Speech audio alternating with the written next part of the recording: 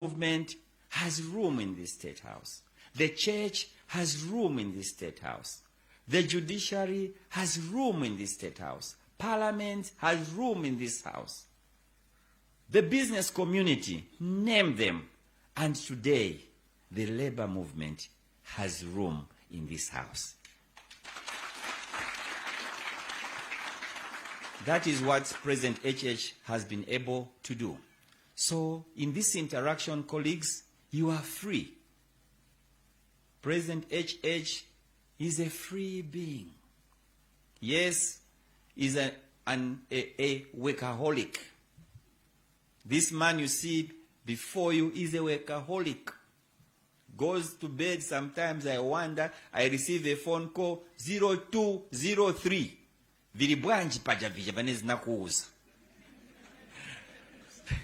So it's brought in this new shift in terms of the way we are supposed to do things.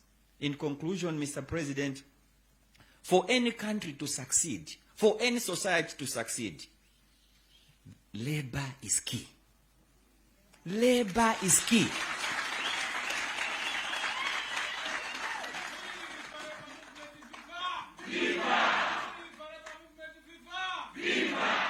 Oh, muita viva.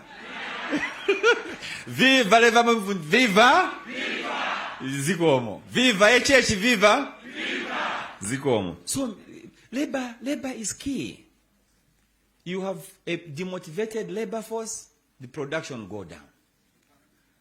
Labor is key even at the level of presidency. You've got a president that is not serious, you will see it in the nation. So, because he also, Mr. President, is a worker employed by the people of Zambia. So, worker number one. So, that is what it is. So, you are very important. Feel free to interact with the president. In terms of the program, we will allow the president to welcome you to State House today. He will do that. Thereafter, we will go into presentations. Allow me, Mr. President, to indicate that the presentations will be twofold. The first presentation will be before all the media houses that are here. Many media houses are here to make before you, Mr. President. Thereafter, there will be a camera session, which will be outside the media. I'm sure the labor movement have got other issues that they would want to bring to your attention, Mr. President. Thereafter, we'll be able to call it a day. So you are welcome. Allow me at this junction, Mr. President, to call upon you to give your welcoming remarks to the labor movement that is here. Mr. President.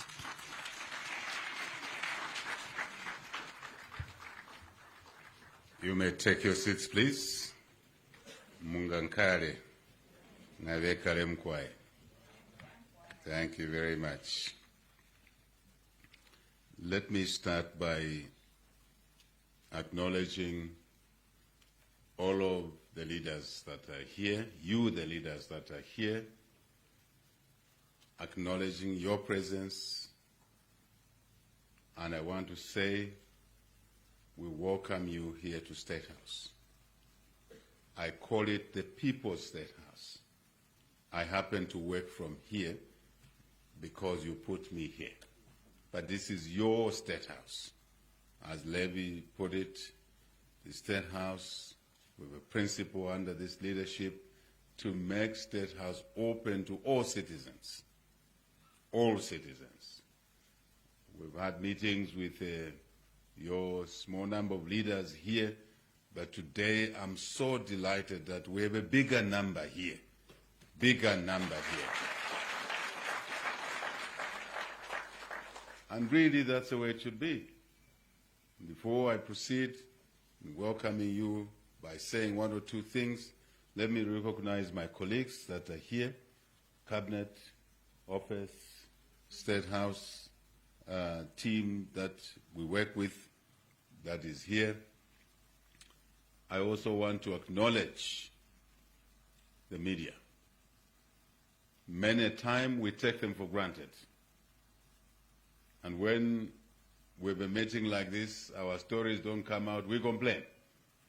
But we ignore them when they're doing a great service to us. So I recognize the media and thank you for being here at a reasonably short notice. Let me return to today. Today is a great day. This meeting is an important meeting. This is yet another occasion where we as citizens in different spaces, but for today, representing labor. I have a wider definition of labor. I think we demean it when we simply say labor. Today we have a gathering, we're privileged to host a gathering of skills. That's what labor brings to the table, isn't it? Skills, many of them, diverse skills that runs our economy. Sometimes we take it for granted. We see bread at the breakfast table. We don't even think of who produced the wheat, who milled the wheat into flour, who baked the bread. Truly, who transported it from the bakery to the supermarket or the shop next door to us? Right? Who sold it to us for us to take possession? They take the money, we take the bread. Besides that, who produced the wheat seed? Which engineers, which agricultural scientists worked on the variety of the wheat? See how long this story is.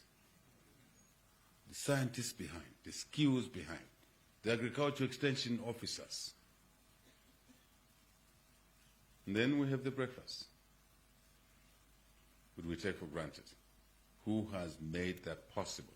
It's the skills that are organized properly by you, the leader sitting here.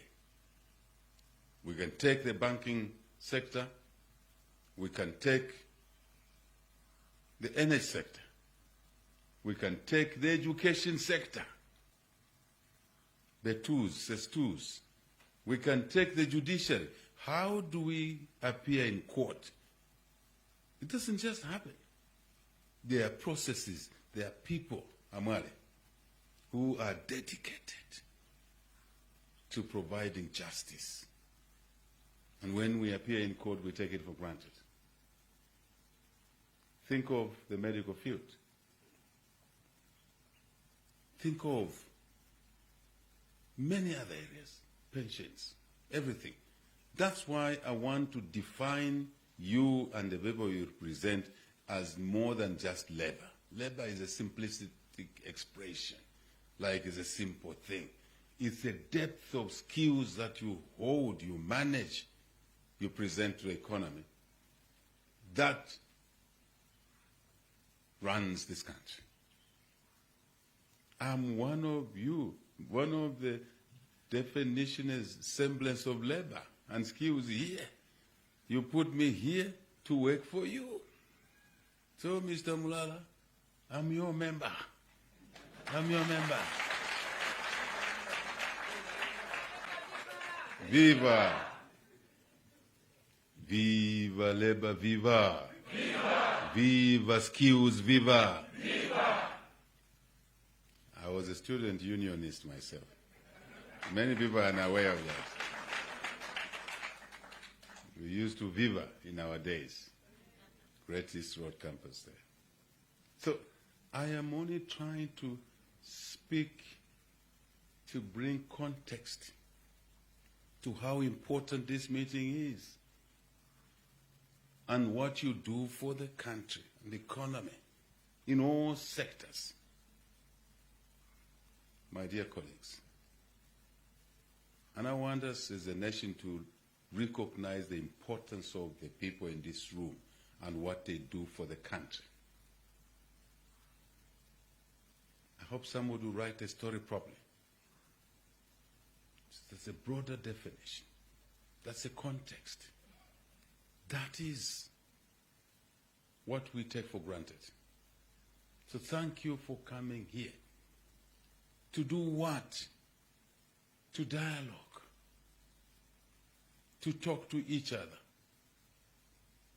In a country like ours, which we can say has been stable, I'm the 7th president from 4 political parties, and each transition has taken place peacefully. It doesn't happen like that in other African countries. How lucky we are. Sometimes we take peace, security, stability for granted. Think of our neighbors, Eastern DRC, 30+ years of turmoil. We're lucky. We have a duty to maintain this peaceful environment. For that to happen, we must hear each other out. Differences of opinion should not lead to street fights. It is dialogue. I'm a believer in dialogue. I'm not a believer in street resolution. I have seen too many people killed around me. You all know that, in my opposition days. I want us to act differently. Whatever the problems we have in the company A, let's sit down, union there sits down and talks to the employer. Employer needs labor, skills. Labor needs an employer. Government needs the employer and the employee. Tripartite partnership, isn't it? Is it not what we call it? We are good to deal with our issues in this manner. This is the most civilized way of reaching out to each other. And I want to really express my gratitude to you, the leaders, for organizing this beautiful meeting so that we can dialogue on anything, on everything, including the topical subject of constitutional amendments, to bring more women who have been marginalized in the House where laws are made, including laws to protect against gender-based violence. How can we make those laws without the women who suffer the most?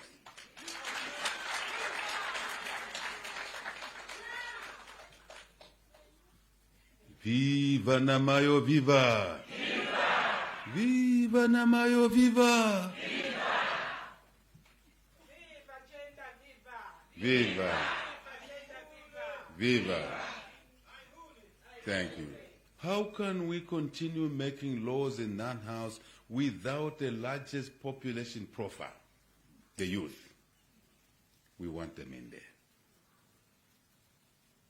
Open election has proved that it's not possible to get the numbers we need. How can we leave those who live with disabilities, yet we're making laws that affect them? Sometimes discriminatory. They have to be there. Viva Viva! Viva! So, you are the mirror of the nation. And I want to say to you, you have great respect from this fellow here. Great respect. When I think of my teacher, what he did to me, to you, great, isn't it? Most of us here without education would have been something else. Isn't it? I told somebody yesterday, Mulungu, that you, without education, you would be in Chinsali as a simple villager.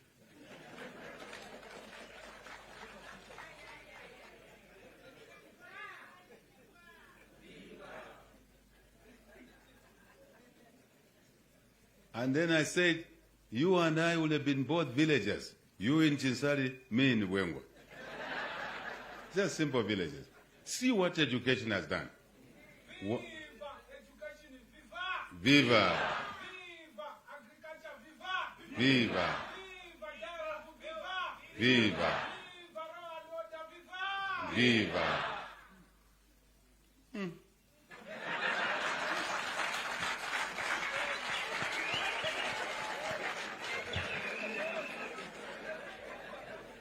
I must tell you, and appeal to you. I love this country.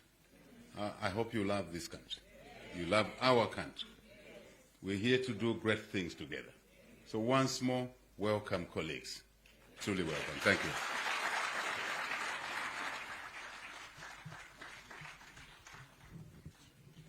We can do better than that. Can we give the president a big hand?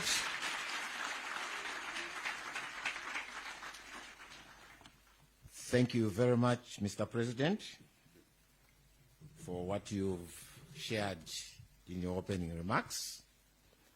My colleague has left for some other assignment, so I'll run through the program. My name is Joseph Lungo. I'm a special assistant to the president for police compliance. I work here. We shall now move into presentations. So the speakers, get ready to walk over here and do your presentations. I'll call you by name. We'll start with Mr. Peter Mwale from the judiciary. Mr. Mwale, please.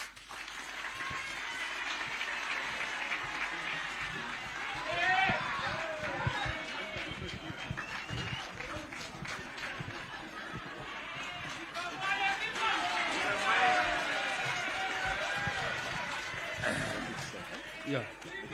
All right.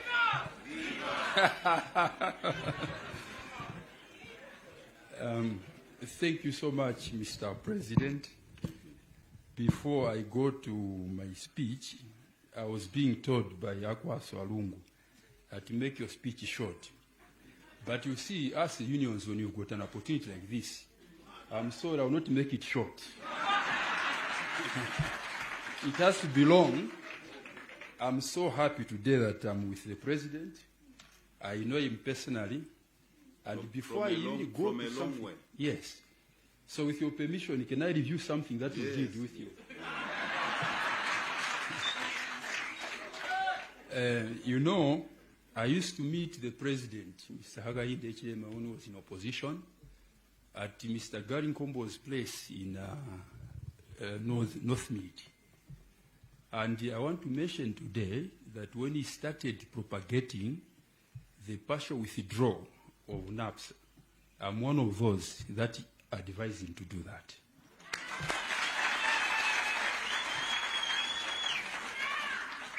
Your Excellency, we are happy today. I will introduce myself. My name is Peter Mwale, President, Judicial and Allied Workers Union of Zambia. We are the strongest affiliates of Zambia Congress of Trade Unions. Your Excellency, today is a great day. I didn't come alone from the judiciary. I came with my colleagues. What you have to know, perhaps some of you may not have known, is that the judiciary, 85% of the workforce are unionized. So when you see me here speak, I represent 85% of the workforce of the judiciary. In short, we are the ones who run judiciary. Your Excellency, that one you know it. Yes. You know it. Your Excellency, we are here to offer solidarity to what is currently obtaining Bill number 7. Bill number 7. I'm not ashamed, Your Excellency, to stand before you or the nation to say, when I saw some NGOs come to you, I was watching live, they came to tell you that you should withdraw that bill. The following day, I almost marched here to tell you that don't withdraw that bill. Don't withdraw that bill. We, as affiliates of ZCTO, when it just started, we looked at all the 13 articles in that draft. We discussed it and agreed that we should support it. Our stance has not changed. That bill must go through. And tell all your MPs to support it, and it shouldn't fail. Okay. Again, as I conclude, I will try to shorten the speech. As I conclude, Mr. President, can I also review something else that I did with him? You know, during Bill 10, under the PF and Edgar Lungu, we as ZCTU, we did support that bill. And from ZCTU, I was one of those, and Mr. Njov, who were picked to go and oppose those that are supporting Bill 10. When it failed, I want to mention to you, this president you are seeing, he called me at his house, community house, to thank me for what I did.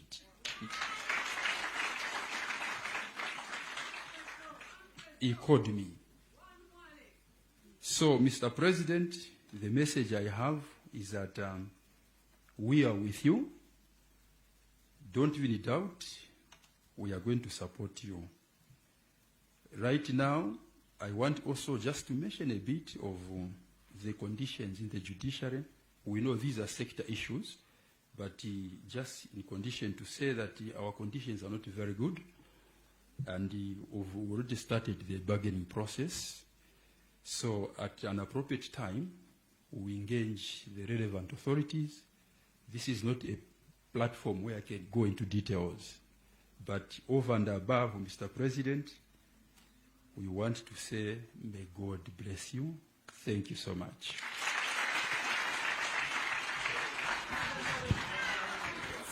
Thank you very much, Mr. Mwale. Give Mr. Mwale another big hand.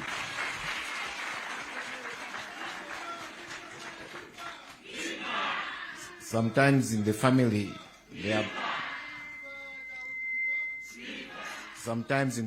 there are brothers who choose to ignore instructions.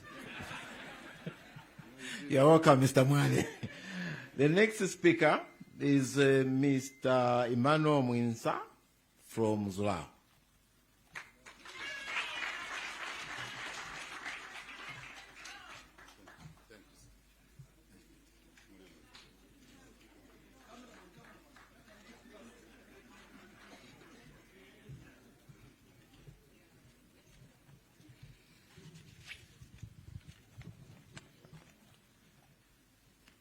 Thank you so much. Viva workers, viva! Viva! Viva workers, viva! Viva! Viva the president, viva! Viva! Thank you so much. May I start by recognizing Your Excellency, the President of the Republic of Zambia, Mr. Hakainde Hichilema, and may I also recognize all the leaders from the labor movement. My name is Emmanuel Mwinsa, President from the Zambia United Local Authorities and Allied Workers Union, and I want to mention, Your Excellency, Mr. President, that the Zambia United Local Authorities and Allied Workers Union is one of the unions that affiliate to the Zambia Congress of Trade Unions, an historical union that has been the friend of government, that has been there for the rest of the workers in the country under our sector. Your Excellency, I want to start by thanking you for the many strides that you have made in our country under the leadership. And I want to indicate, even before I speak to our sectoral matters, those that are under local government, to give you an assurance and an affirmative position that the local authorities workers in our country, from all the 116 local authorities, are in total support of the progressive 13 articles that are to shape our constitution under Bill 7. And there is no doubt that we shall be able to proceed, and all the workers. In fact, Mr. President, I want to mention that the local government sector is one of the key pillars when it comes to matters of governance, especially under the decentralization policy. Hence, such progressive articles that are pending to cause the amendments are those that are most welcome, and we shall stand to support the same. I want to indicate, Your Excellency, Mr. President, some of the issues that we want to highlight as part of the achievements that we've achieved together under your leadership. Number one, I want to indicate that where we are coming from President, we had a challenge of the untimely disbursement and allocation of the Local Government Equalization Fund. I think amongst those that showed sympathy at that time, when you were in opposition, Your Excellence and your leaders at that time, you raised and made it possible that you voiced towards the same. The Union wished to recognize the commitment demonstrated by the New Dawn administration in terms of the allocation of the Local Government Equalization Fund, which has resulted in local authorities' employees at least having some levels of stability in terms of the payment of salaries this far. Thank you so much. The next issue of commendation is the effective implementation of the decentralization policy. Mr. President, we wish to congratulate you, sir, for putting up a policy position in which local councils were identified. Let me just simply say the local government sector was identified as a vehicle that should be able to champion the devolved functions of government. I think at a time when this board decision was being made, I think those from the opposition, they were opposing and causing some doubts as though local authorities cannot be able to champion the devolved functions of government. But with your position, I want to indicate that we've seen this now being at the center stage in terms of implementation.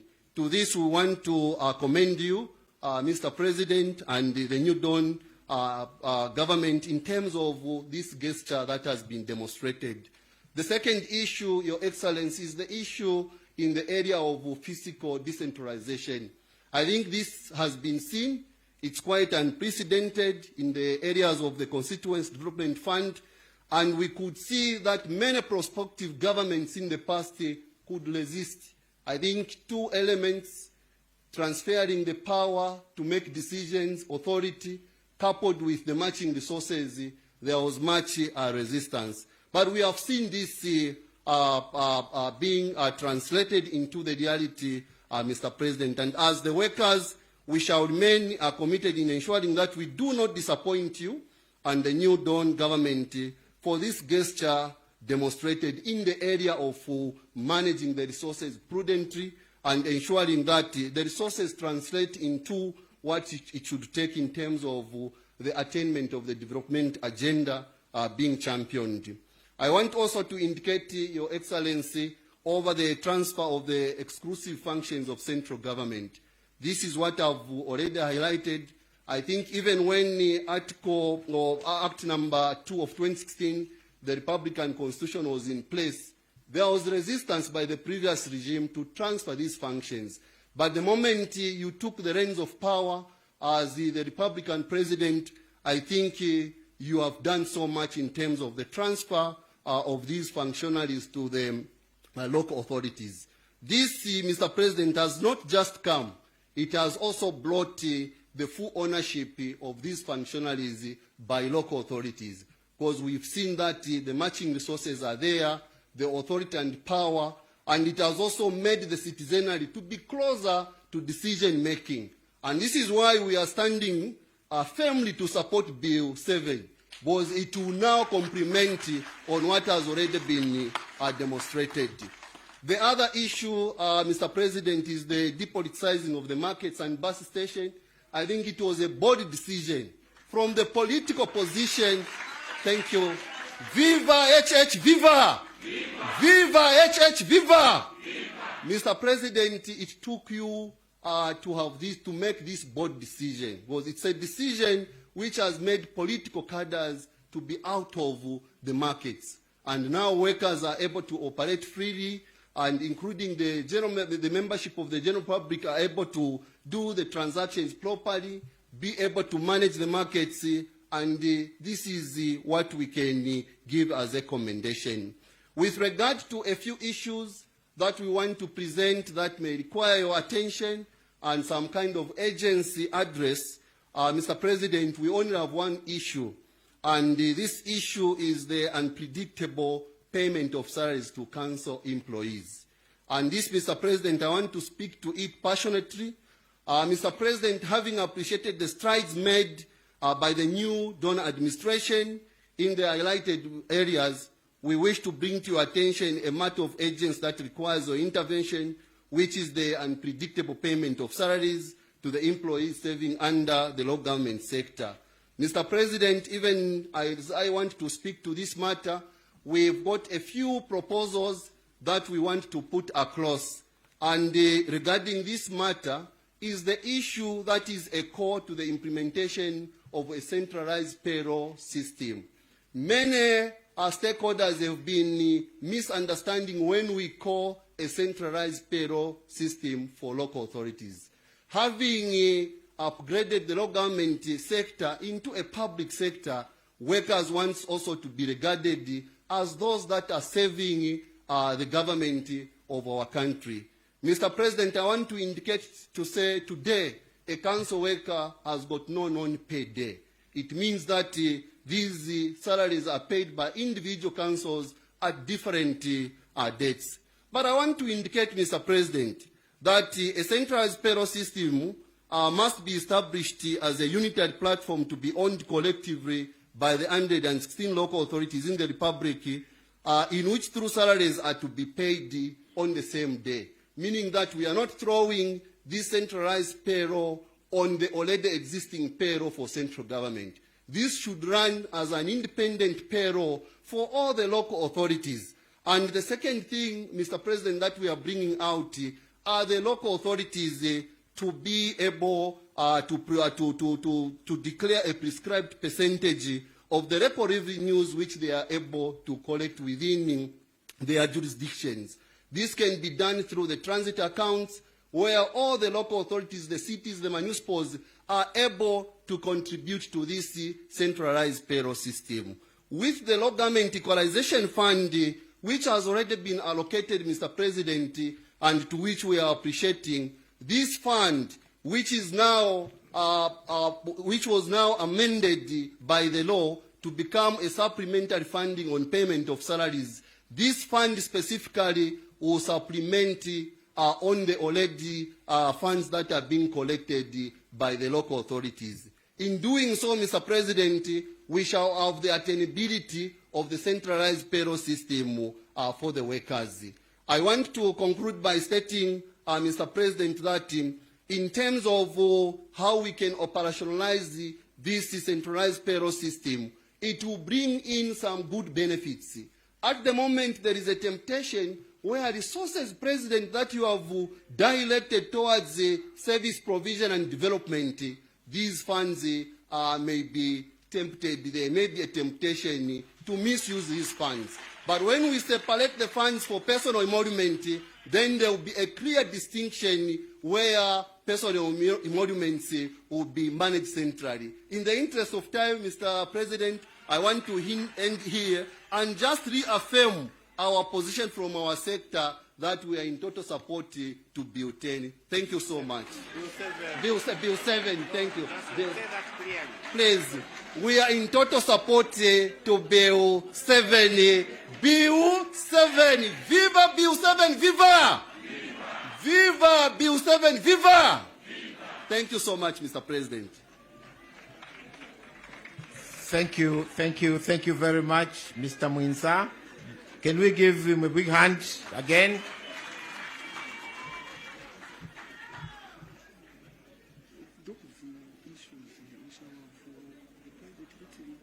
Thank you. Thank you. Thank you. Thank you.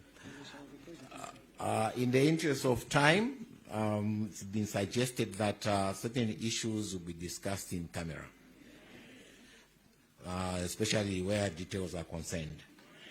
The next speaker is Ms. Chipande Mwemba.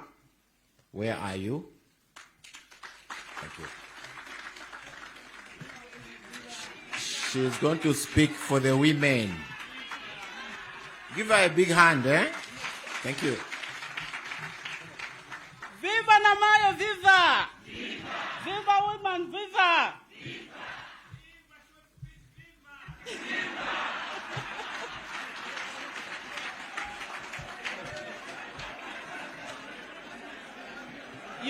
Excellency, yes, the President of Zambia, Mr. Hakainde Hichilema, I salute you. Allow me to ride on all the protocols already observed. Your Excellency, I would be failing in my duties if I did not acknowledge the tremendous development that you and your exceptional government have brought into our country. For the first time in the Zambian history, we have a female Speaker of the National Assembly. An achievement that has reflected the true spirit of the New Dawn government. We celebrate this era for its openness and commitment to uplifting the weak and disadvantaged in our society, especially the women.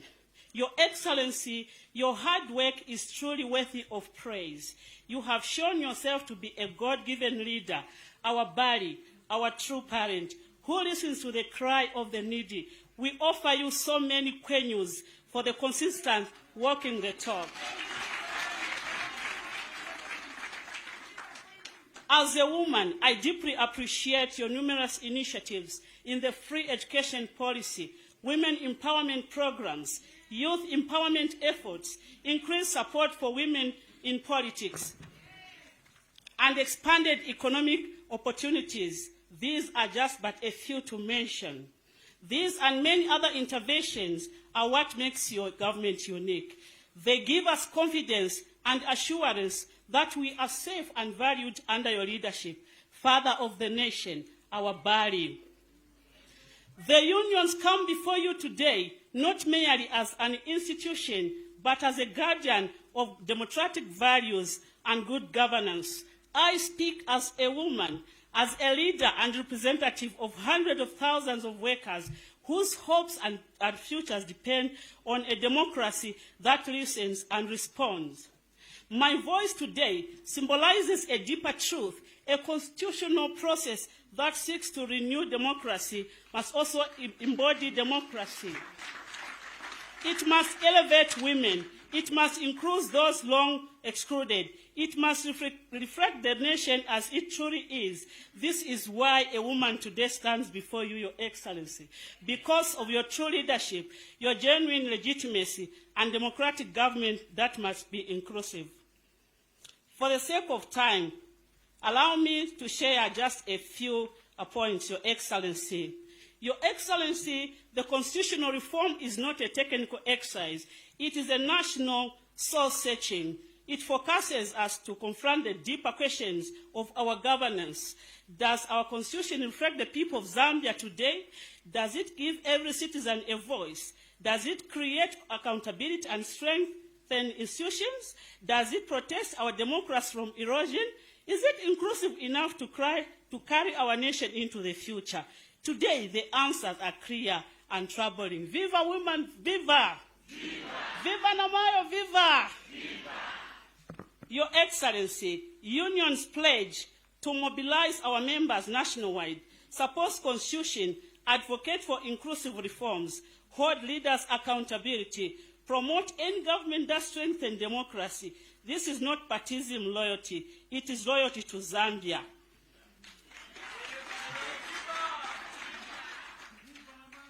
A call for presidential resolve. Your Excellency, you have chosen the right path. You have chosen democracy. You have chosen consultation.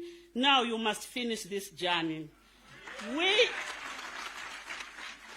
as women urge you to ensure the technical committee concludes its work on time, present the amendment to Parliament swiftly, champion their passage with conviction, generate implementation before the 2026 elections, protect the integrity of this process from those who fear democratic inclusion.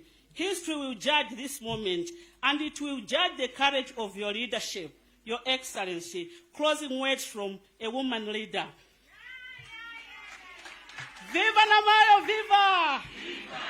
Your Excellency, I stand here as a woman leader because of the future constitution. It must open doors wider than they have ever been opened before. I stand for the women of Zambia who deserve representation, for the youth who deserve opportunity, for persons with disabilities who deserve visibility, for workers who deserve a voice, for citizens who deserve a government that listens. This reform is not for one group. It is for a nation ready to claim its democratic destiny. Your Excellency, if these amendments succeed, Zambia will remember you as the president who strengthened democracy when it matters the most. Your Excellency, allow me to end my speech for the sake of time. Thank you. Viva woman, viva! Viva woman, viva! Thank you very much. Ms. Mwemba. The next speaker is going to speak for the youth. It's Mr. Ezra Sekelan Zulu. Mr. Zulu, may you come to the podium. Viva youth, viva! Viva youth, viva!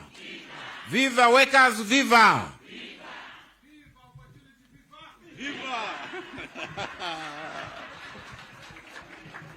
Muzimu wa youth mzimu. Thank you. President, my name is Ezra Sekelani Zulu. I'm a youth chairperson at Zambia Congress of Trade Unions. I sit at the highest decision-making table in the labor movement as a member of the executive board. Mr. President, I'm also sitting on the International Trade Union Confederation Youth Committee. And last week, I was elected by the Malawians and Zambians through a program called Program for Young Politicians in Africa, organized by SILA, powered by Green Forum. I'm here to put the voice of the young people and the young workers. Mr. President, the governments that came before promised us, whispered in our ears, and all the promises were in vain. We were forced to start canvassing this country. We went to Sesheke, we went to Shangombo, Chavuma, Ikeleng, we went to Vubwi, we even reached the Chama South. We went to Kazungula, trying to strengthen our young people and ensure that they take part in decision-making activities at all levels of leadership, wheresoever they are located. Mr. President, where these people sat, who were there before, they told us that we are the future leaders, but they made sure that where they sat, that future never came.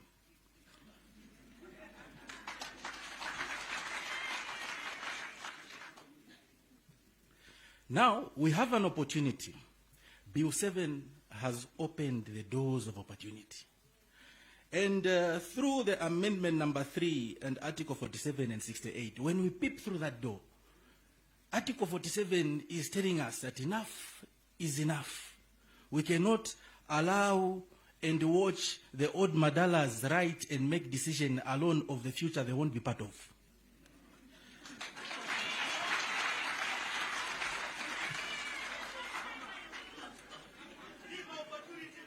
Viva.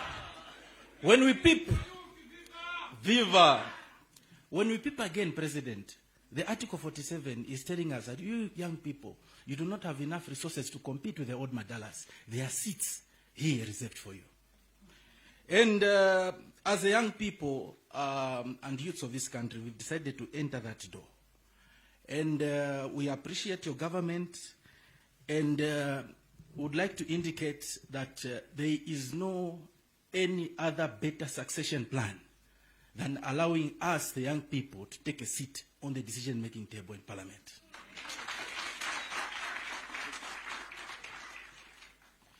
Mr. President, the bill has come at the right time where we have the capacity and the skills, meaning we are meeting this bill and the opportunities at a point of value. We have the skills, we have the capabilities, and we are ready to carry the mantle and take on responsibility. So we stand tall in supporting this bill as young people. And the young people are saying we do not have enough time. we need to recommend that your government swings in action and enact this bill. I really appreciate it. Thank you so much. Thank you very much, Mr. Zulu. The next speaker is Mr. Cornelius Chituka. Mr. Cornelius Chituka.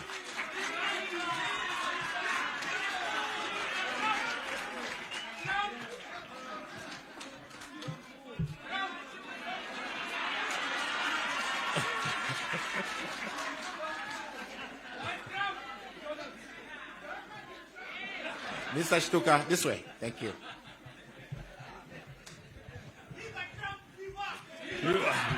Sure. Viva workers, viva! TZCU! TZCTU! Viva!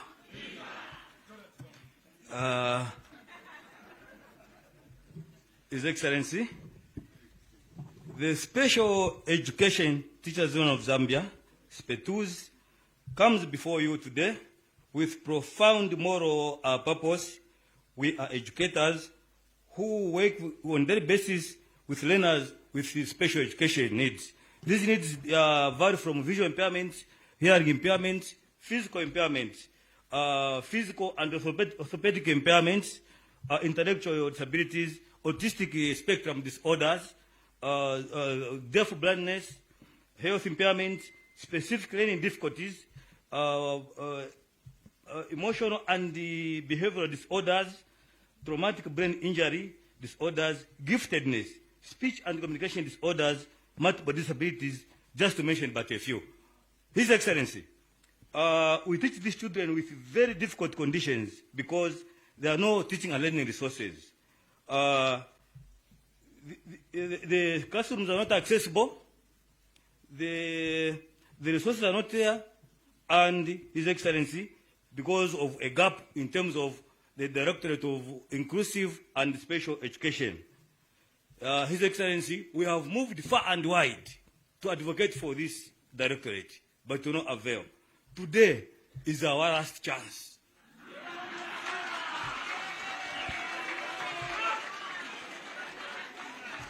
His Excellency, today is our last chance because today, His Excellency, you are going to give us a directorate because after this one fails, then our only hope is Bill 7. His Excellency, we witness the learners will witness their capacity to do well despite their difficulties. As the representatives of persons with disabilities, we do not come asking for charity, His Excellency, or accommodation. We come asserting a fundamental principle of human dignity, His Excellency. Persons with disabilities are not problems to be solved. They are citizens to be included. They are leaders to be elevated. They are voices to be heard. Bill 7 makes this possible. Viva! Viva! Your Excellency, we discussed with my colleagues that we are going to say much of this in the other meeting because the speech, His Excellency, is big. However, His Excellency, the first plea is we don't want misinformation amongst our members. The first plea, His Excellency, is that we are asking for intervention to have this bill, Bill 7, transcribed into accessible format, which is Braille, and large print, so that our citizens can also be on the same page, not the way they are being misled by certain quarters of society. His Excellency, the Bill 7 offers 7 seats for persons with disabilities, which is a milestone. But apart from that, your able committee, which you appointed, His Excellency, has recommended in that technical report that they have increased the number from 3 to 12. His Excellency. Isn't that marvelous? His Excellency, we are depending on you for this one. That you are going to provide leadership. Chapwa. His Excellency, as I conclude, in the best interest of time, I want to appeal to you, His Excellency, that on the political battlefield, it's not easy. Our members have been called names. Look at the councillor in Chipurukusu, Piri. He was called a half chicken because he moves on a wheelchair. And he was told, you people are going to vote for this half chicken. So these are the issues that we are bringing to your table, His Excellency. That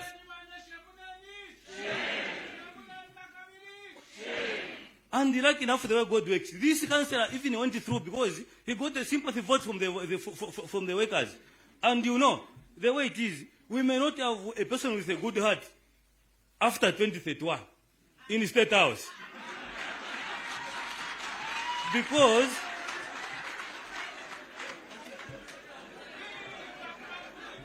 Viva! Because His Excellency, because of your goodwill, let me inform my colleagues here that His Excellency has appointed how many commissioners?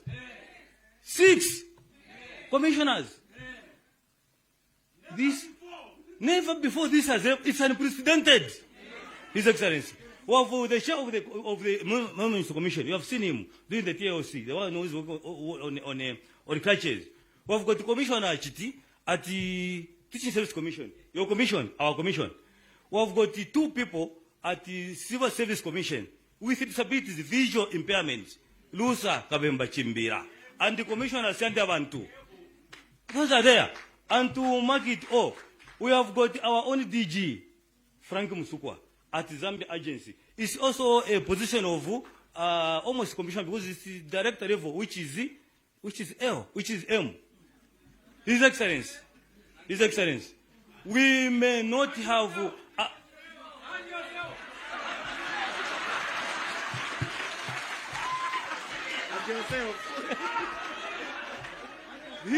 His Excellency has listened, and myself.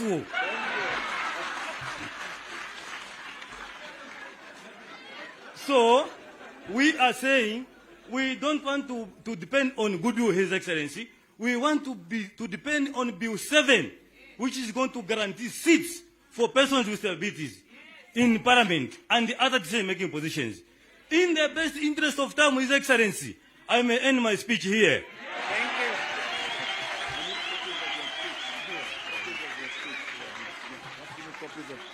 Thank you very much.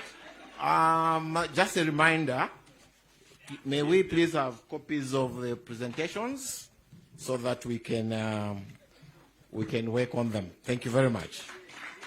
Give him a big hand again. The next speaker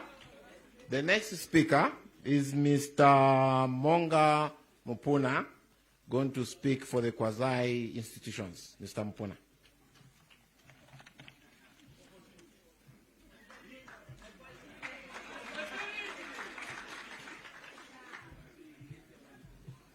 For those who have already made the presentations, may we have copies of your presentations, please?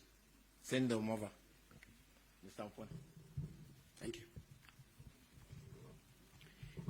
Viva Workers' Power, viva! Viva!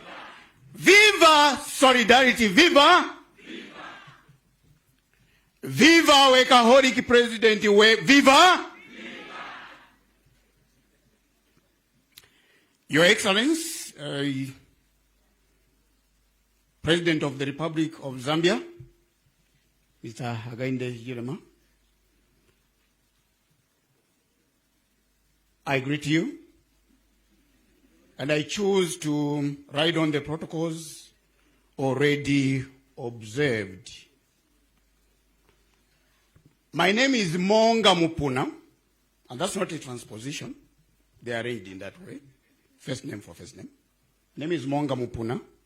I come from the University of Zambia as General Secretary of the University of Zambia and the Allied Workers Union. We are 3 unions in that institution. I'm General Secretary of one, Unzau.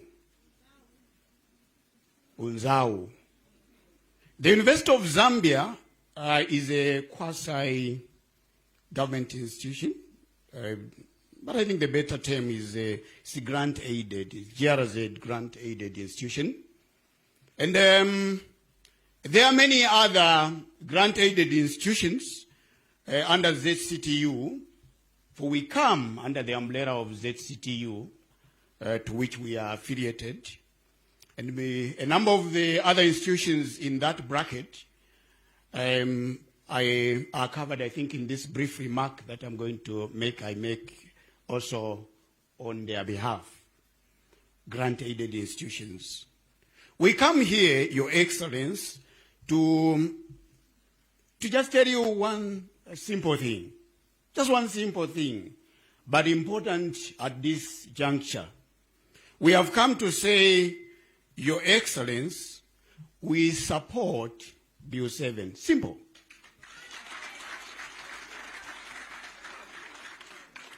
We support Bill 7, and we wish to encourage other citizens of Zambia across the spectrums of this economy, wherever they be, that would be of help in influencing the passing of this bill, to come on board and support it. In order for me to speak maybe in just 1 or 2 lines, in the interest of time, let me put it this way. We do not, concerning Bill 7, Your Excellence, we do not allow ourselves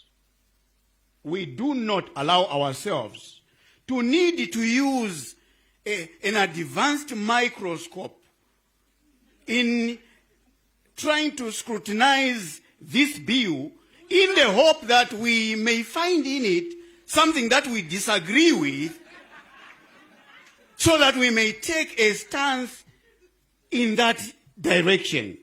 We do not compel ourselves to need to scrutinize and bring a magnifying glass to say, may there be a place that we disagree with. Maybe because we simply do not like the people that are proposing that bill, and maybe those people are not the people that we would wish to agree with. We have chosen not to allow ourselves to bother like that. We have scrutinized Bill 7, all 13 clauses of it, and when in scrutinizing Bill 7, we scrutinize Bill 7 for the sake of Bill 7. That's not a mistake, that's a deliberate thing. We have scrutinized Bill 7 for the sake of Bill 7 in its own right as a bill. And Mr. President, we find it very progressive. That's the message we bring.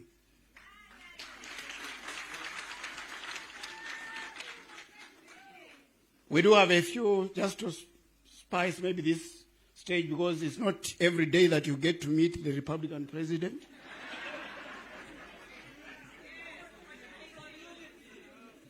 Just because of that. May I just make mention of the fact that, like any other sector, like any other cluster of trade unions under this great republic, under your governance, we do have challenges that are specific to this sector. Quasi, grant-aided institutions. I think I'll just single out 2 in about as many minutes. Just two in about as many minutes. The first being a challenge that relates to our engagements with the Monuments Commission. Your Excellence, our life as trade unions is one where we cannot do without engaging with the Monuments Commission, because by law, they now become the office that gives mandate to the institution's management to have space within which to steer in as far as they are creating the conditions of service for their workers. And in that regard, we have encountered challenges that relate to the law that creates the office. We want to put it that way. The law that creates the office, in our view and in our experience, requires repeals and amendments to enable the Monuments Commission to be a facilitation for the smooth, efficient, and effective running of these sectors in as far as the establishing of the conditions of service are or is concerned. At the moment, the structure of the Monuments Commission and its operations are serving to disrupt rather than to facilitate for the smooth flow of things. As we speak, Your Excellency, we have several of these institutions, quasi or granted aided institutions, still grappling to negotiate for conditions of service for the year 2025, 14 months beyond the schedule. The second and last of the challenges relate to funding. We want to commend this government wholeheartedly for increasing in many of these institutions the grant allocation year upon year. We commend this government.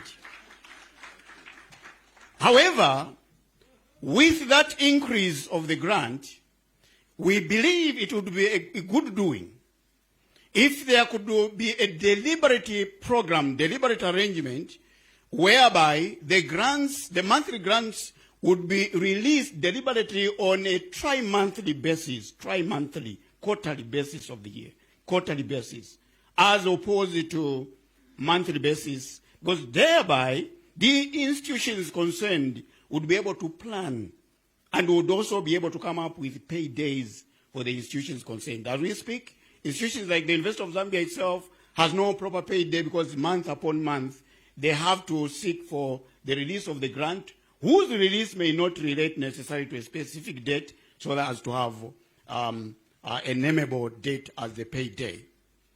Last on funding has to do with the struggle that the institutions are going through as a result of legacy debt. Legacy debt. Many of these institutions, financial or accounting sections, accounting departments, are grappling with debt that has been on the necks of these institutions from as years far back as we may not need to mention, because I think this legacy story is all over. It is our proposition that though this issue is very serious, or this problem is very serious, Your Excellency, it's not beyond the ability of government to do good about it if we believe just a moment or two of government's time was to be allocated to paying critical attention to it. As we speak, in areas like the University of Zambia, I think you might have heard, Your Excellency, from reports that there are people who are trying to do things in the unorthodox way, maybe dance in the streets and anything like that, that is less than civilized. But it's all just because of these issues, and which we believe government's attention of a few moments could resolve and put to an end. In the interest of time, I thank you, Your Excellency, for giving this space. Thank you. Thank you very much. Give Mr. Mupuna another big hand. Thank you. The next speaker is Mr. Davison Candela from the education sector, sir.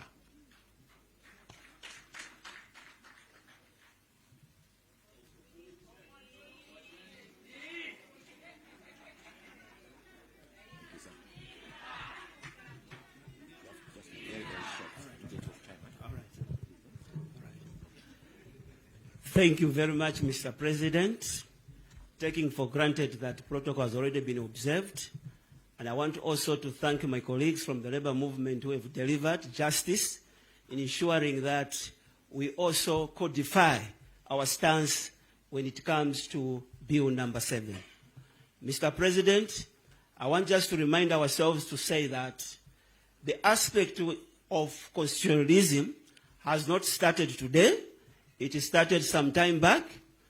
Us who are coming from academics, we have learned that we've had several commissions that came through in our country where people had to add a voice, where they had to add Kaizen to ensure to it that we are where we are because there was an approval of progression when it comes to matters related to constitutionalism.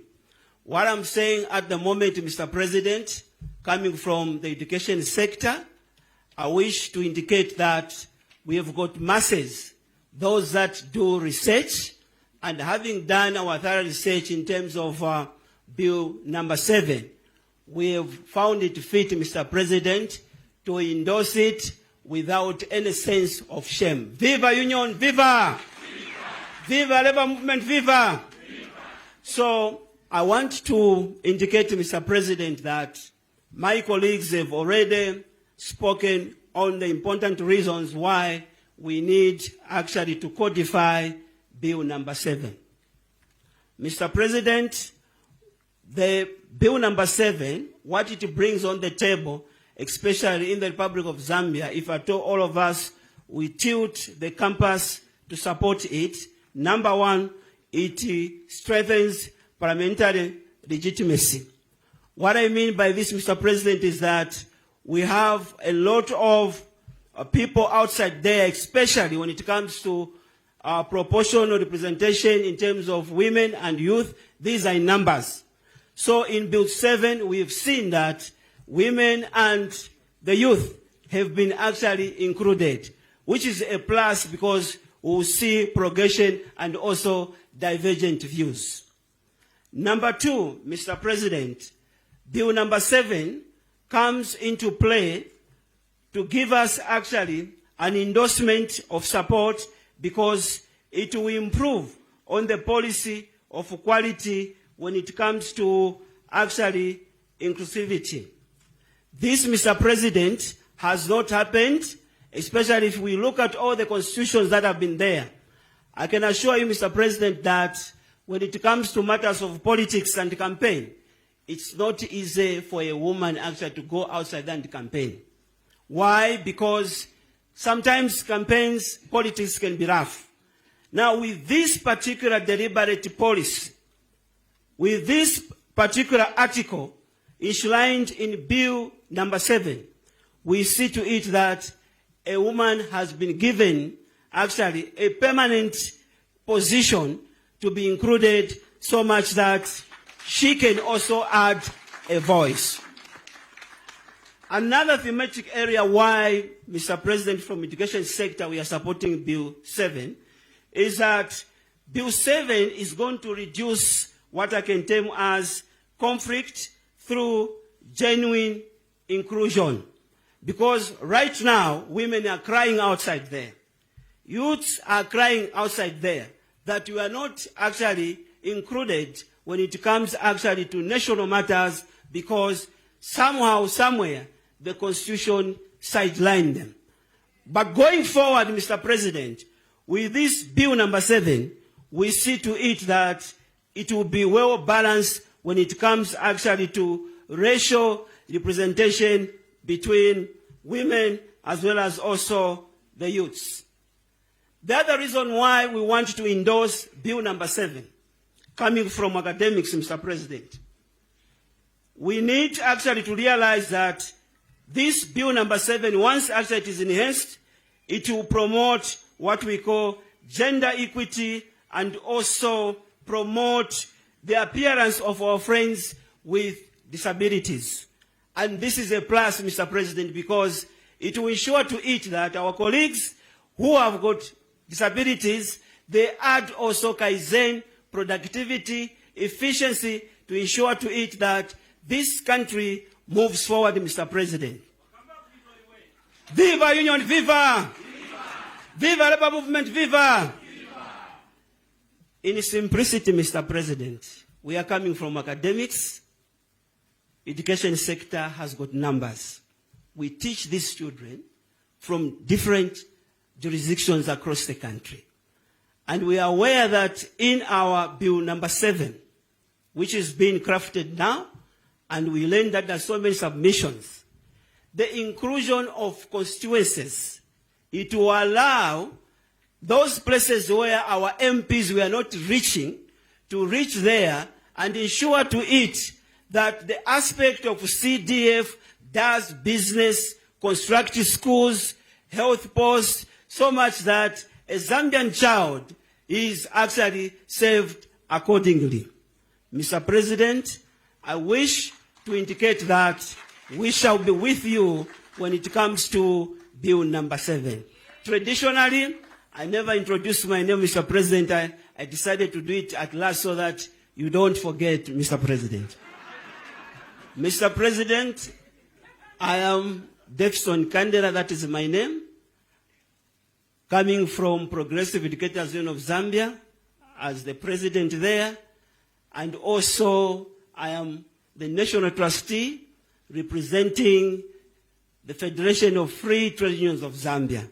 Mr. President, I wish to thank you for according us this opportunity, and we also request God to continue guiding you. May God bless you. Thank you.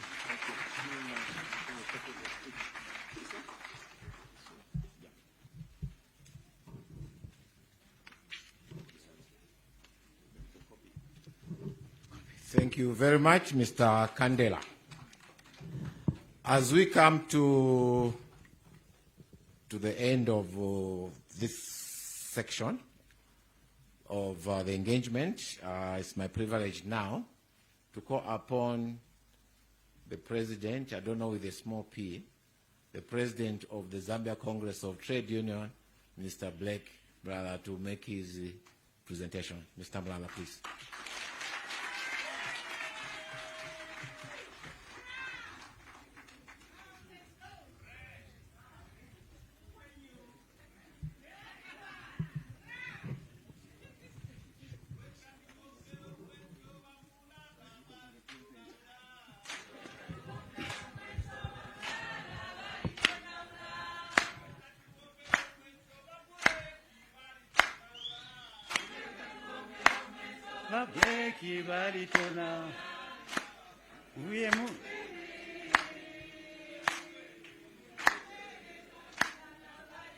Thank you. Thank you so much. Thank you so much. Your Excellency, the Republican President, Mr. Akainde Hichilema, Cabinet Ministers who have joined us, the staff members of State House, and those who manage your diary, thank you that you have done things differently. In the past, party vigilantes were able to come to State House than the workers. Your Excellency, before I speak, you hear the message. We have a banner, and the message is loud and clear. We don't fear as workers when it comes to stand and do what we believe is right. I have not come alone. We are not like those others. When they speak, that's how we call them. And they make statements which do not represent the national interest of people.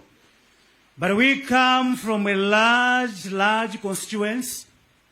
And as I was coming, messages were saying, what about us? All the regions of the country, our members were calling, and we said, we cannot bring the economy to a standstill.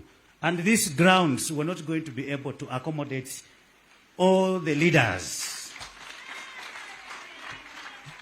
Before I make my few remarks, Mr. President, allow me to know that I'm accompanied by national center leaders drawn from our affiliate unions across all sectors. I would love them, wherever they are, to stand up. If the president of the union is not available, general secretaries, please stand up, mention your names, and wave to the president. Like you said, viva an opportunity, viva. So can we stand, all the leaders drawn from across our constituencies, please stand up. You mention your name, just a wave to the Republican president.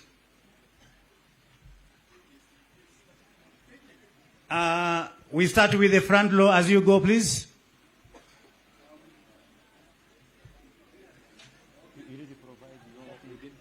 Are you able to shout? Are you able to raise your voice, Mr. Mwale?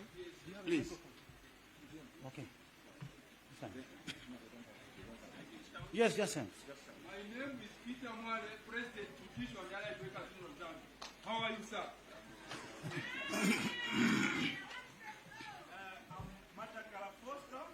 From United Public and Allied Workers Union of Zambia.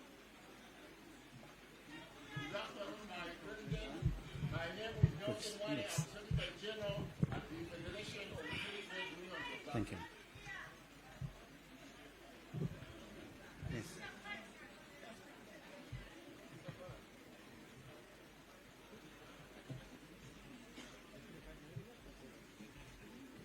If we can't get you, please, one by one, come in front. That's the best way.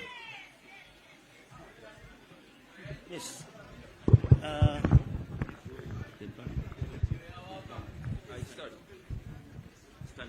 Okay. My name is Peter Mwale, President, Judicial and Allied Workers Union of Zambia. How are you, Mr. President? Good afternoon, Your Excellency. I'm Matakala Foster, President for United Public and Allied Workers Union of Zambia. Thank you. Good afternoon, my President. I'm Nelson Mwale, Secretary General of the Federation of Free Trade Unions of Zambia. Thank you. Good afternoon, President. Joy Bene, the Secretary General of Zambia Congress of Trade Unions. Good afternoon, Mr. President. My name is Catherine Kantumoya Chova, the President for the Zambia Revenue Authority Workers Union, the Women and Men in Taxation. I'm also the Deputy Secretary General for the Zambia Congress of Trade Unions. Thank you, sir. Good afternoon, Your Excellency and your team. My name is Poch Pimo, President for the United Teachers Union of Zambia, and also Vice President for the Federation of Free Trade Unions of Zambia. Thank you. Good afternoon, Mr. President. My name is Mizeroji Yuga, President, Hotel Catering Tourism and Allied Workers Union of Zambia, also a board trustee member under Zambia Congress of Trade Union. Thank you. Good afternoon, Mr. President. Gilala Fabian is my name, President for Amalgamated Rural Teachers Union of Zambia. Atus. Mr. President, good afternoon. Mr. President, good afternoon. My name is Vincent Makondo. I am the General Secretary of the Judicial and Allied Workers Union of Zambia, JAUZ, and also a board member of the Zambia Congress of Trade Unions.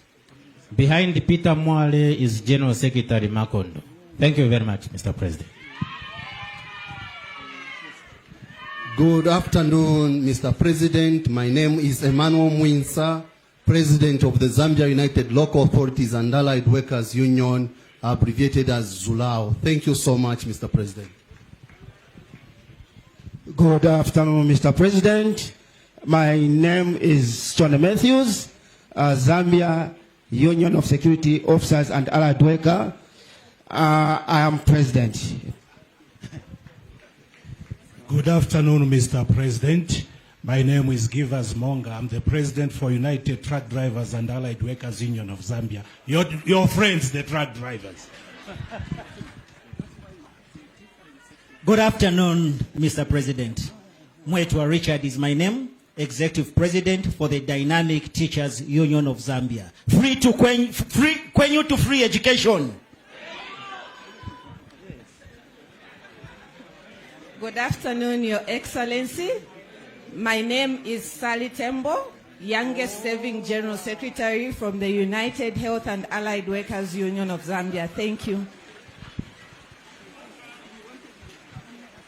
Good afternoon, Mr. President. My name is Sendoi Thomas, President for Educators Trade Union of Zambia. Thank you. Good afternoon, Mr. President. My name is Mileji Pauline. I'm the President of the Kwame Nkrumah Academic Staff Union. Thank you. Good afternoon, Mr. President. My name is Malama Joy Mwansa. I'm coming from the aviation industry, from a union called Airways and Allied Workers Union of Zambia, and I'm the General Secretary there. Thank you.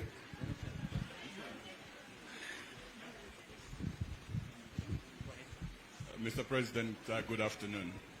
My name is Bruce Mumba. I'm coming from the aviation sector. Airways and the Allied Workers Union of Zambia, we make your flight safe. Thank you so much. Good afternoon, Mr. President. Anoj Funtwe is my name, General Secretary for the first union in Zambia, which is National Union of Public Service Workers. Thank you. Good afternoon, Mr. President. Stondo Kumatongo is my name. I'm the Deputy General Secretary representing my General Secretary, who is not here, from Zambia Union of Government and Allied Workers. Thank you, Mr. President. Good afternoon, Mr. President. My name is Simon Stone, and the President for National Road Sector Agencies and Allied Workers Union of Zambia. Good afternoon, Mr. President. I'm Dr. Smakando Slongwa, coming from Kwame Nkrumah University Academic Staff Union. I'm the General Secretary. Good to see you. Good afternoon, Mr. President. Molongo Martin is my name. I'm the General Secretary for Zambia Union of Nurses and Midwives Organization. Thank you. Good afternoon, Your Excellency. I'm Matilda Chomba. I'm the President for National Educators Union of Zambia. Good afternoon, Mr. President. Kabinda Mtale is my name, Executive President of the Zambia Union for Teacher Empowerment. Nice to meet you after a long time, Mr. President. Good afternoon, our hard-working President. May I also recognize the presence of our hard-working ministers present here. Douglas Siakalima is there. I think you have seen what we have done together. I'm Sinkara Henry from Betos. I'm the General Secretary. Good afternoon, Mr. President. My name is Adon Sakala, General Secretary of the Grain and Meat Workers Union of Zambia. The wheat that you talked about, and this is the union, this is the Black Mulala's constituency. So Black Mulala is president of the Grain and Meat Workers Union of Zambia as well as the ZCQ. Thank you. Good afternoon, Mr. President. My name is Tukia Muniemesha, and I'm president for National Union of Commercial and Industrial Workers. Thank you very much. Good afternoon, Your Excellency. My name is Cornelius Chitukwa, General Secretary, Special Education Teachers Union of Zambia.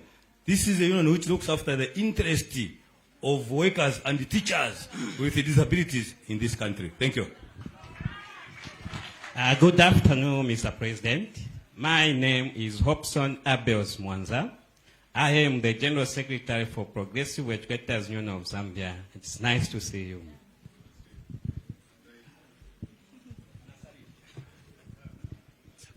Your Excellency, good afternoon. And how are you? I am Dr. Charity Kampamba, PhD.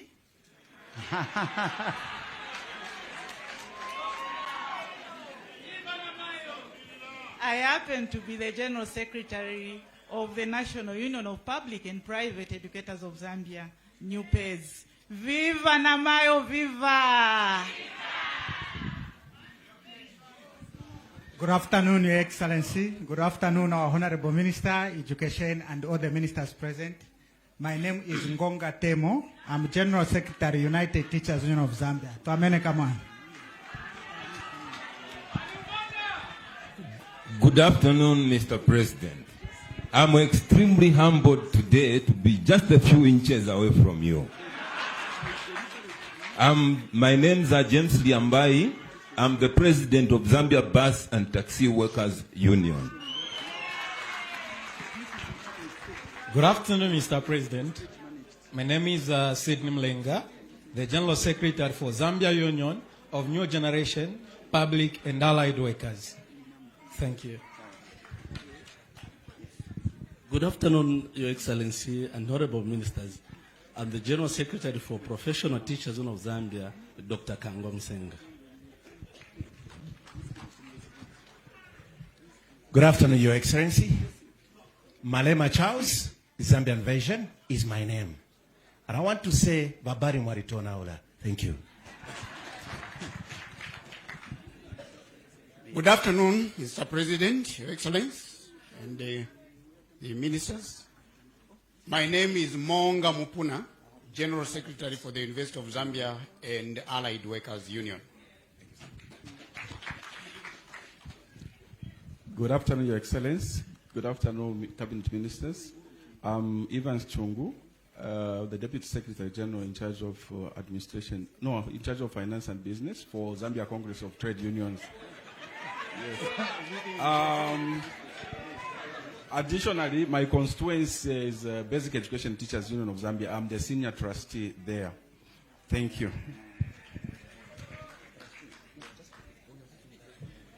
Good afternoon, Mr. President. Makai Makai is my name. General Secretary for the Civil Servants and the Allied Workers Union of Zambia, the union which invited you in Livingston in July.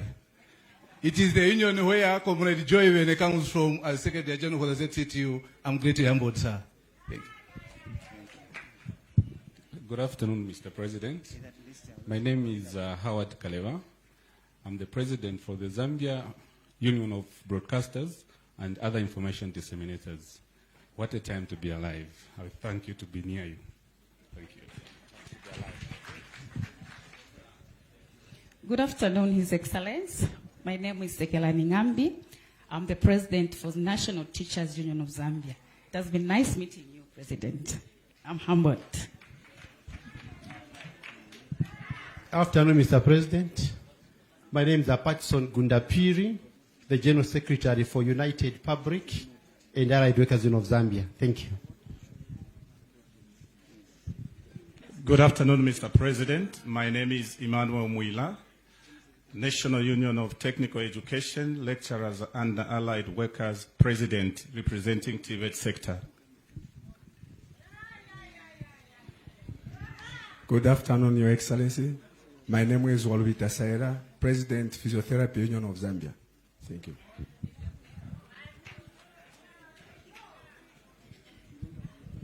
Good afternoon, President. Good afternoon, Cabinet Ministers. Indeed, President, it's an honor that today I speak to you personally. I'm here as Deputy General Secretary for Secondary School Teachers Union of Zambia. Thank you.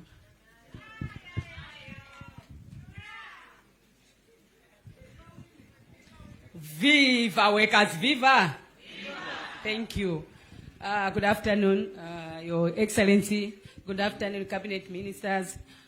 Today, I'm very happy to see you just nearly there. Otherwise, I come from Railway Workers Union of Zambia, the goods train that transport our mini meal to Congo. Please use us. I am also the trustee under Zambia Congress of Trade Unions, headed by our able President Brek Mulala and our SG Joywen. Thank you.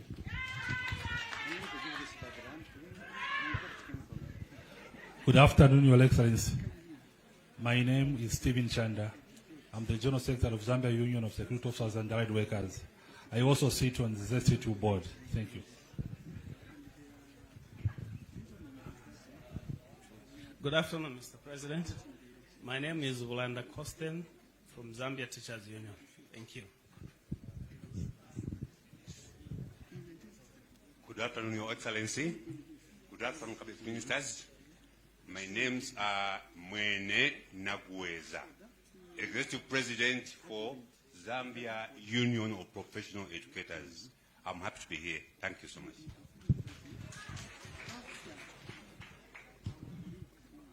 Greetings, Mr. President. Greetings, honorable members. My name is Anderson Haninga, General Secretary for National Union of Transport and Allied Workers.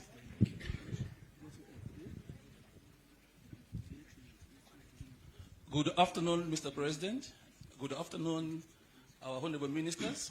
My name is Chiuka Konde Sani, Deputy General Secretary from the Zambian National Union of Teachers. Thank you. Greetings to you, Mr. President. My name is Chingobe Oniva Mazoka, President for Agriculture, Technical and Professional Staff Union of Zambia, the only union that looks after the extension and vet officers, mainly behind the bumper harvest. Vivo Kuriabuino Viva!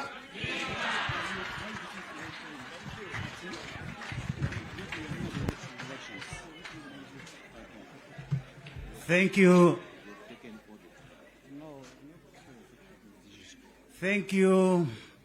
Thank you so much. Mr. President, the introduction was necessary to send a message that we did not pick these leaders, men and women, from the streets. But these are workers with the pay slips available.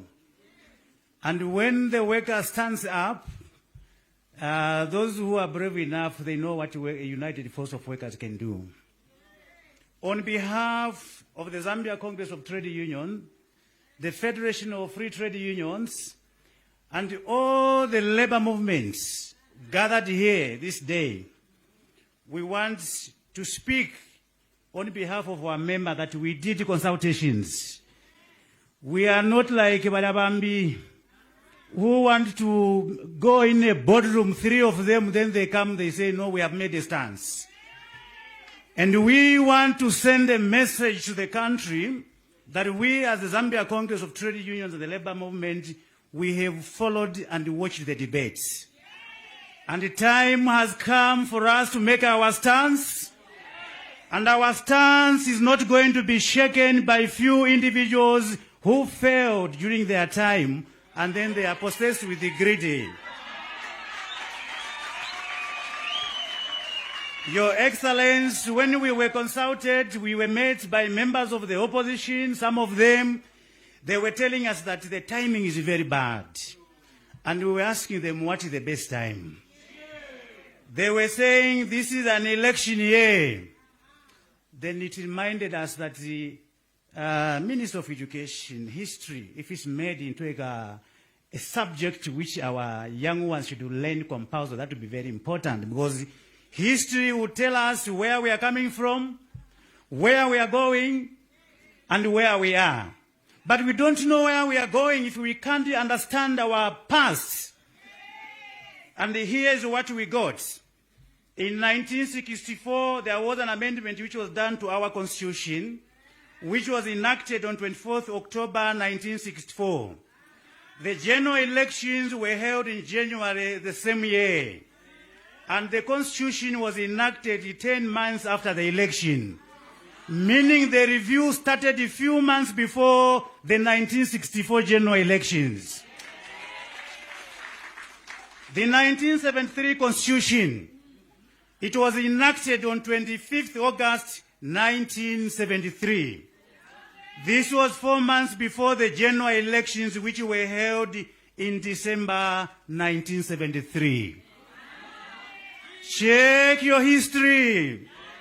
This is the message we send to them. Issues of national importance must not be personalized. It's not a political party. It's not about the UPND in power. It's not about President Hichilema as an individual. Other presidents have done it before, and they are not there. This is a national process. 1991, the Constitution was enacted on 30th of August 1991. This was 2 months before the general election, which were held in October 1991. So where is the time here? The 1996 Constitution enacted on 28th May 1996, it was 6 months before the general election, which were held on 18th November 1996. Fast forward, 2016 Constitution Amendments, which is currently in effect, was enacted on 5th January 2016. This was 7 months before the general elections were held on 11th August 2016. The big question we ask is, where were you? And why now? Mr. President, you may wish to know that the labor movement in 2019, trade unions were united, and we opposed the famous Bill 10. Bill 10 was opposed by the labor movement because they had a provision which was trying to take away the rights of workers. You remember that, fellow workers? Wekanga salipo. Wekanga salipo. Hey. Hey. Hey. Thank you so much. Thank you, colleagues. Thanks so much. We are proud to report to you that this morning, the Zambia Congress of Trade Union took a stance before the Select Committee. And here's our message to the parliamentarians. Remember, you are voted by the workers. Are we sending the rightful message? Remember, the workers are the voters. Do the best in that house. If you don't do that, the workers will take care of you. This is a message we have left our parliamentarians. This is a progressive bill. We have gone through it. We have checked it. We are very happy that it's not tampering on the rights of workers. This is the reason why the workers are gathered here to give solidarity and support to Bill 7.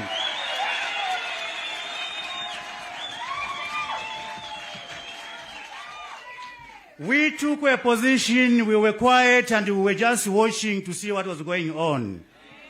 We saw some men of God.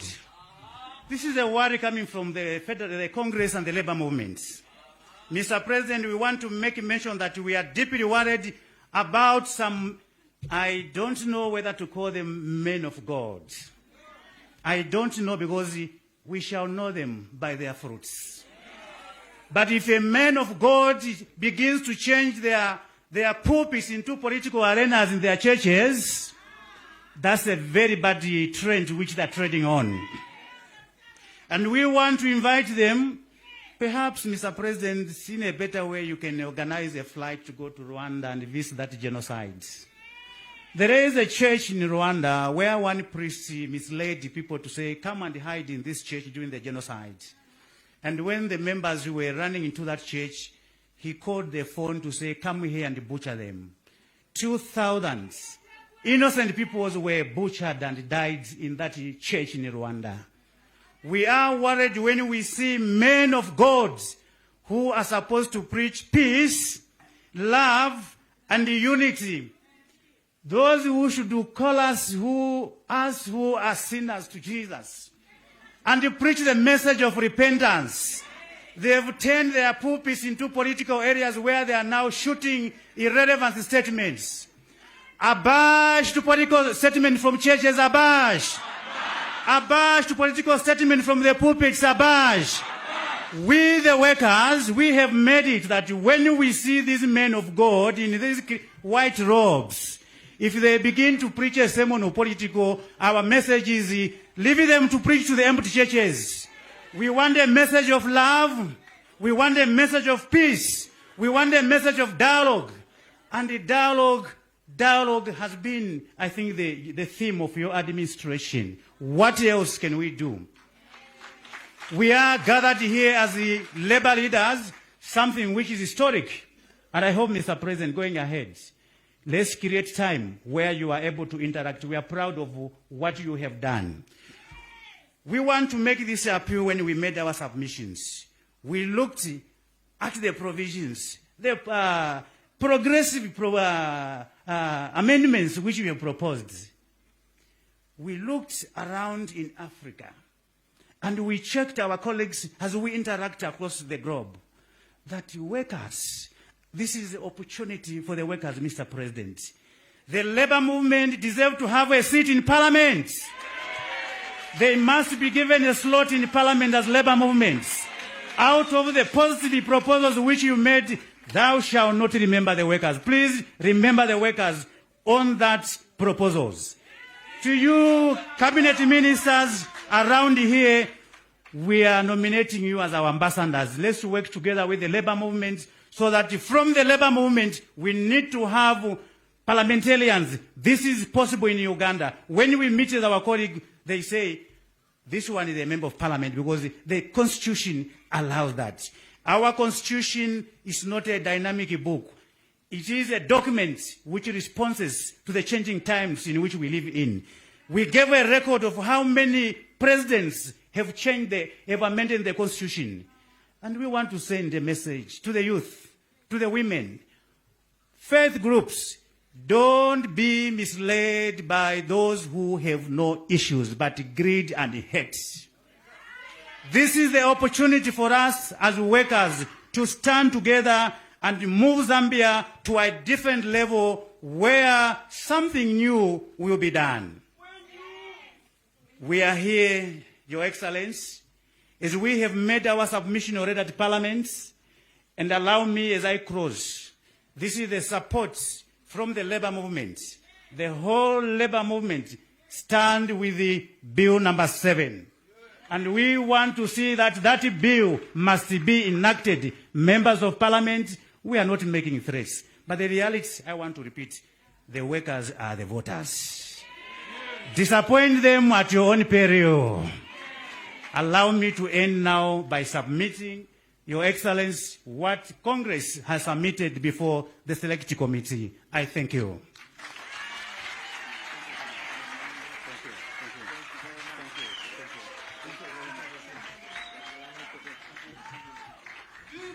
Give the President another hand, please. Viva workers. Viva workers. Viva workers. Viva women. Viva the youth. Thank you very much, President Blake Mulala, for that presentation. We shall now go into what is described as a